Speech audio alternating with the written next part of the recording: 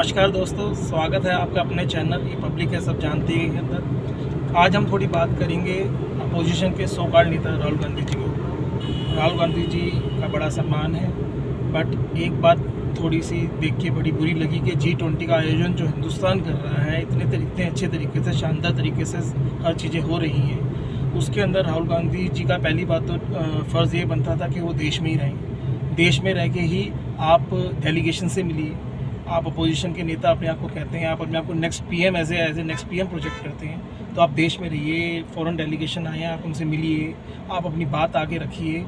National नहीं, अपने China का हमारा जो प्रोसेस चल रहा है, आप उसको आप कहते हैं कि चाइना घुस गया अंदर, तो आप ये बात रखिए ना डेलीगेशन के साथ, चाइना घुस गया हमारे में। आप पब्लिक में आके पब्लिक को आप कह रहे हैं कि चाइना घुस गया, तो अगर आपको ऐसा लगता है चाइना घुस गया, तो आप फॉरेन डेलीगेशन के आगे ये बात रखिए ना। चाइना डेलीगेशन जो आया था उससे मिलिए ना।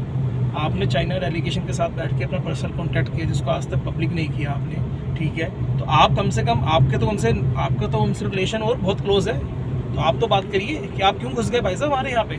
जाइए ना वापस, अगर आपको लगता है चाइना घुस गया तो। आर्मी की बात आपको गलत लग रही है, मोदी जी की बात आपको गलत लग रही है, स्वाभाविक है, वो नेता है, आप विपक्ष में हो तो आप वो विपक्ष की पार्टी है, बट आर्मी की बात भी अगर आपको गलत लग रही है तो आप तो अपना पॉइंट रखिए चाइना डेलीगेशन के आगे कि जी आप क्यों घुसे हुए हैं हमारे लद्दाख के अंदर। जाइए ना।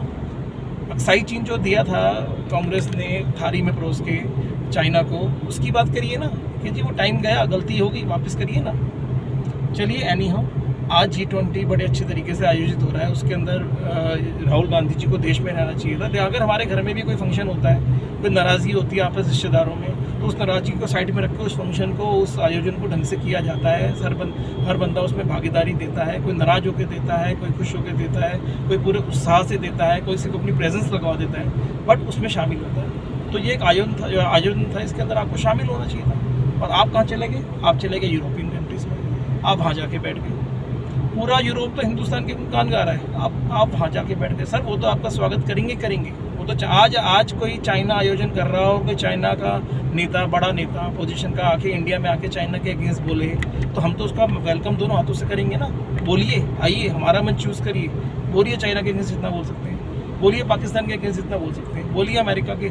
आप देखिए राहुल गांधी जी, अगर हमारे घर में भी कोई आयोजन होता है तो सारी चीज़ें भुला के उस टाइम उस आयोजन को करवाया जाता है।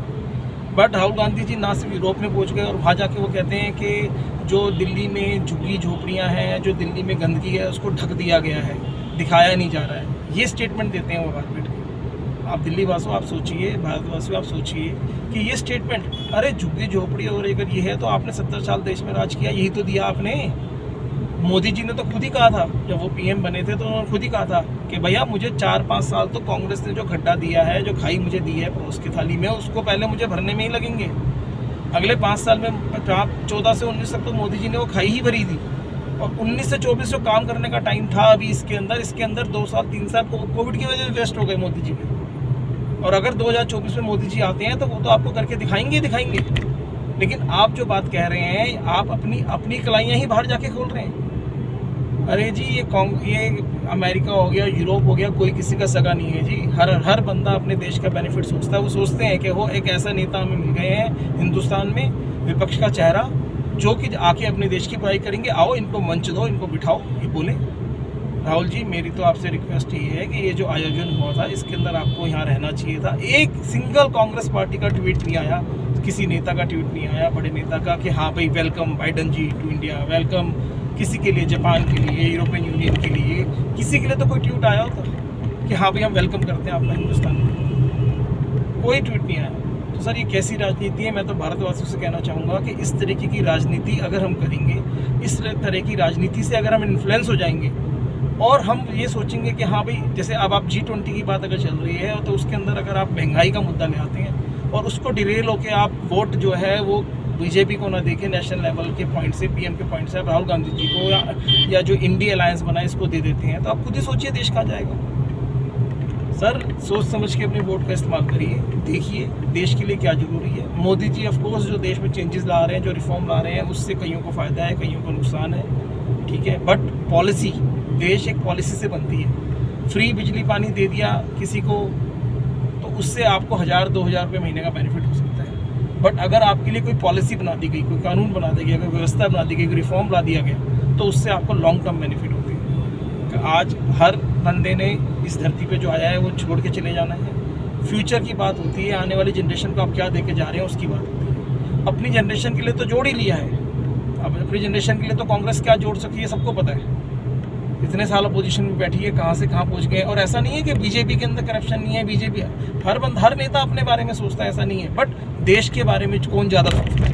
आप जब वोट करने जाते हैं 2024 के अंदर, तो आप ये देखिए कि देश पलड़े में देखिए कि हाँ जी, देश के बारे में कौन सोच रहा है। बीजेपी गवर्नमेंट कांग्रेस के करप्शन गिनवाएगी आपको, कांग्रेस बीजेपी के करप्शन गिनवाएगी आपको। ये तो सारे ही नेता जो आए हैं बिजनेस है। मैंने पहले भी कहा था अपनी वीडियो के अंदर कि पॉलिटिक्स एक बिजनेस बन चुका है। बट जब आप वोट करने जा रहे हैं, खासतौर पे 2024 में जब लोकसभा इलेक्शन के लिए वोट करने जा रहे हैं, तो उसमें आप ये जरूर देखिए कि वो कौन सा नेता है जिसके लिए देश प्रायोरिटी पे है। अपने पर्सनल बेनिफिट के बाद देश को कौन वजन ज़्यादा दे रहा है? क्या राहुल गांधी जी देश के हक में ज़्यादा काम कर पाएंगे या मोदी जी ज़्यादा काम कर पाएंगे? सर, कोई किसी का सगा नहीं है। ना मोदी जी ने आपके घर में आके कुछ दे देना, ना राहुल जी ने कुछ दे देना, ना केजरीवाल जी ने कुछ दे देना। आखिरी में हर किसी ने अपनी जेब, आखिरी में हर किसी को अपनी पार्टी का बेनिफिट देखना ही है। बट आपने ये देखना है कि कौन सा नेता अपने देश के लिए ज़्यादा काम कर पाएगा, कौन सा नेता देश के लिए रिफॉर्म ला पाएगा, देश के फ्यूचर की आगे आने वाले 10 साल की, 15 साल की, 20 साल की सोच के काम करेगा। तो ये सोचना है। तो इसके अंदर तो मोदी जी का पलड़ा साफ साफ भारी है, हर किसी को दिखता है। मतलब कि आप ये देखिए कि हम इंडियंस हैं, आज मोदी जी जो है वो घबराते हैं कि भाई 2024 के अंदर महंगाई है due to corona, due to Russia Ukraine war, पूरी दुनिया में महंगाई है। बट हिंदुस्तान में पोजीशन कह रहा है महंगाई महंगाई महंगाई, मोदी जी को वोट मत दो। अरे मोदी जी को, अगर मोदी जी नहीं होते तो राहुल गांधी जी बैठ के ये बताएं कि मोदी जी ने ये स्टेप गलत उठाए, तो इसलिए महंगाई है, हम ये करते। ये है पॉजिटिव राजनीति, पॉजिटिव अपोजिशन। बट वो क्या कह रहे हैं, महंगाई है। टमाटर 200 रुपये किलो हो गया, टमाटर 200 रुपये किलो हुआ, पहाड़ों में बारिश हुई, राजमार्ग टूट गए, नुकसान हुआ, टमाटर 200 रुपये किलो हो गया। मोदी गवर्नमेंट की पॉलिसी की वजह से 200 रुपये किलो हुआ। आज वो दोबारा 30 रुपये किलो पे आ गया 3 महीने बाद। जिस तरीके से, क्योंकि जो राजमार्ग, जो मोदी जी ने जो हाईवे बना रखे थे, जब किसानों ने उसका रूट यूज़ किया, जो आड़ती थे बीच में, उन्होंने उस रूट को यूज़ किया, जो रूट लंबा पड़ता था, गाँव से वो कनेक्टिविटी उनको मिल पाई। तो अब पहाड़ों में तो बारिश आज भी हो रही है, राजमार्ग भी, पहाड़ों के मार्ग भी टूटे हुए हैं। बट जो इंफ्रास्ट्रक्चर नितिन गडकरी जी ने डेवलप हो रहा है, पूरे हिंदुस्तान में किसान भी देख रहे होंगे, जो मोदी जी को वोट देते हैं, जो नहीं देते हैं, वो भी देख रहे होंगे कि सड़कें कितनी बेहतर होती जा रही हैं, कनेक्टिविटी कहाँ तक जा रही है, गाँव तक फ़ोन पहुँच गए हैं। अभी कमियाँ बहुत हैं, बट जो हो गया है उसके कारण ये टमाटर का भाव जल्दी 200 से 30 किलो, ये पॉलिसी के कारण 200 से 30 आ गया। आप ये तो कह सकते हैं कि मोदी को, लेकिन 30 से जो 200 पहुँचा था, वो पहुँचा था नेचुरल क्लैमिटी की वजह से। तो ये चीज़ सोचते हुए भाई साहब वोट करिए 2024 के अंदर कि कौन हमारे देश के लिए काम कर रहा है। हम और आप देश के निवासी हैं, हम भारतवासी हैं, हमें यहीं रहना है। ये तो आप सोनिया जी हो गए, कि राहुल जी हो गए, और आपकी साउथ की कई पार्टियां हैं, सबने ले लेके भाई साहब लंदन में घर बना रखे हैं। अटल बिहारी वाजपेयी, मोदी, ये सब ज़मीन से जुड़े हुए नेता हैं। इन्होंने देश छोड़ के कहीं नहीं जाना, इन्होंने कहीं अपने प्रॉपर्टियाँ बाहर नहीं बना ली हैं, जो है सामने है। भ्रष्टाचार हर पार्टी करती है, देखना ये आपने कौन सी पार्टी कम कर रही है, कौन सी पार्टी देश के बारे में ज़्यादा सोच रही है। तो मेरा मानना ये है कि 2024 के इलेक्शन, जैसे कि G20 का समागम हमने इतना बढ़िया किया है, इंटरनेशनल लेवल पूरी दुनिया इस टाइम चाह रही है मोदी जी 2024 में ना जीते हैं। क्यों? क्योंकि भारत की साख बढ़ रही है। ये तो हम भारतवासियों ने पूरी दुनिया को दिखाना है। आज पूरी दुनिया की, आज अपोजिशन, पूरी दुनिया राहुल गांधी जी को प्लेटफॉर्म क्यों दे रही है सजा सजा? वो चाहती है कि राहुल गांधी जी की बात देश में लोग सुनेंगे तो इनको वोट नहीं देंगे, और मोदी जी अगर हटेंगे तो हमारा इंटरनेशनल लेवल पर फायदा होगा, इंडिया की साख गिरेगी। सर, मोदी जी की लड़ाई इंटरनेशनल नहीं है, वो संभाल लेंगे, उनकी टीम बहुत बढ़िया काम कर रही है। जयशंकर जी हैं, और उनके पास जितने भी नेता हैं, फॉरेन डेलीगेशन जो है मोदी जी का हैंडल करने वाली, जो भी इनका PO में ऑफिस है, सब देख लेगा। बट देश को मोदी जी को देश से सपोर्ट चाहिए कि भाई आप मुझे 2024 में चांस दोबारा दीजिए, और 2024 के अंदर जो कमियां हमारी 10 साल में रह गई हैं, हम उनको और बेहतर तरीके से कर पाएंगे। तो मेरा मानना तो यही है कि 2024 में अपने वोट का इस्तेमाल, अपने वोट की पावर आप सोच समझ के करिए। नेताओं की बातों में आके महंगाई हो गई है और ये सब चीज़ें के ऊपर ना करिए। महंगाई पूरी दुनिया में है इस टाइम। अगर मोदी जी की जगह राहुल जी होते या कोई और सरकार होती, तो मेरे ख्याल से जो टमाटर 200 रुपये किलो कह रहे थे, वो 400 रुपये में भी आज नहीं मिल रहा होता आपको। जो महंगाई कहा जा रहा है, जब महंगाई में चाइना का, अमेरिका का सबसे बड़ी पॉलिसी है। देखिए क्या हाल है, यूरोप का देखिए महंगाई में क्या हाल है। तो सर, ये उस चीज़ को देखते हुए देखिए, ये ठीक है, आप सबको पता है पोजीशन को कि हमारे यहाँ पे सोशल मीडिया के अंदर जो है 40-60% पब्लिक हमारी सोशल मीडिया से कनेक्टेड नहीं है हिंदुस्तान में आज भी।